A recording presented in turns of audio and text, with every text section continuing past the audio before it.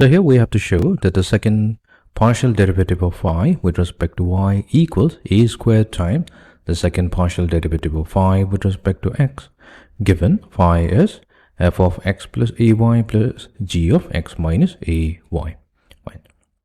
So let's begin.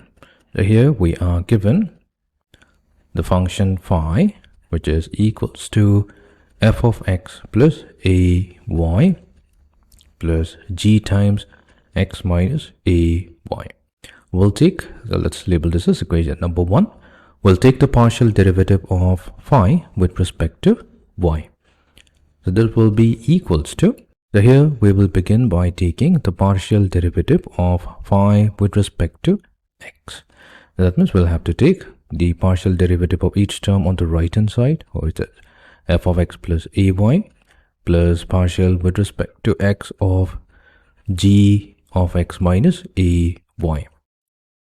Now to take the partial derivative of f of x plus ay means we have f prime x plus ay, where we have taken the derivative of function f with respect to x plus ay, and this will be multiplied to derivative with respect to x of x plus ay as a consequence of the chain rule, plus derivative of g of x minus ay. This will give us g prime of x minus ay times partial with respect to x of x minus a times y.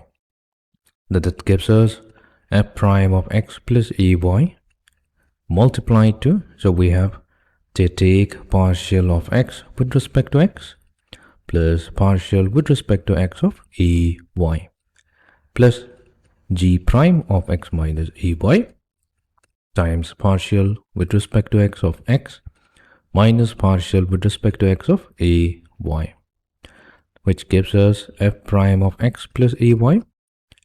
Now partial of x with respect to x, so that's 1, and partial of ay with respect to x will be 0 because here a and y are both constant with respect to x. So this is simply 1 plus we have g prime of x minus ay. So similarly, partial of x with respect to x will be 1, and we have negative partial of ay with respect to x will go to 0. This will be 0 because a and y are both constant. So this is the partial of phi with respect to x. Now what we'll do, we'll again take the partial on both sides with respect to x. So that gives us the second partial derivative of phi with respect to x, which will be equals to partial with respect to x of f prime of x plus ay plus partial with respect to x of g prime of x minus ay, which will be equals to, we'll get f double prime of x plus ay. So here we have taken the derivative of f prime of x plus ay with respect to x plus ay. So that gives us f double prime x plus ay times, we'll also have to apply the chain rule, we'll multiply to it partial with respect to x of x plus ay plus g double prime x minus ay multiplied to partial with respect to x of x minus a times y. So this gives us f double prime of x plus ay plus g double prime of x minus ay. So let's label this as equation number 2. So here, this partial of x with respect to x will be 1. So plus partial of ay with respect to x is 0. So the derivative is giving us 1. So similarly, this derivative is also equals to 1. So this is the value of our second partial derivative of phi with respect to x. We'll keep it aside. Now we'll again go back to our given function, which is phi equals to f of x plus ay. This is equation number 1 plus g of x minus ay. So this time we'll take the partial of function phi with respect to y. So we'll take partial with respect to y of f of x plus ay plus partial with respect to y of our function g of x minus ay.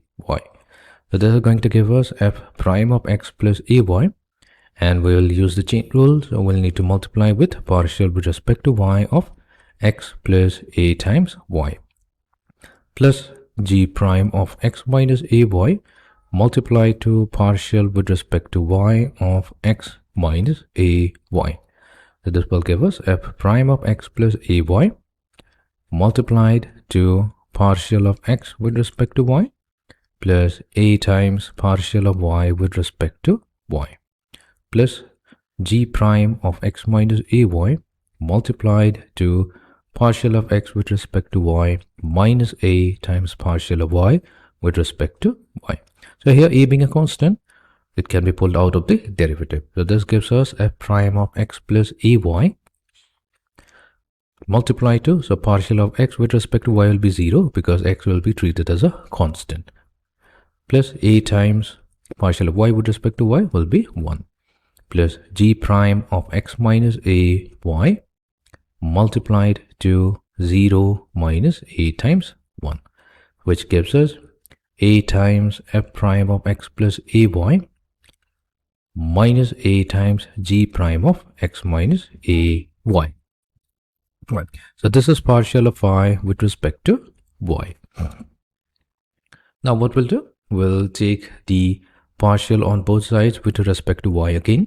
That gives us the second partial derivative of y with respect to y, which will be equals to a times partial with respect to y of f prime of x plus a y minus a times partial with respect to y of g prime of x minus a y.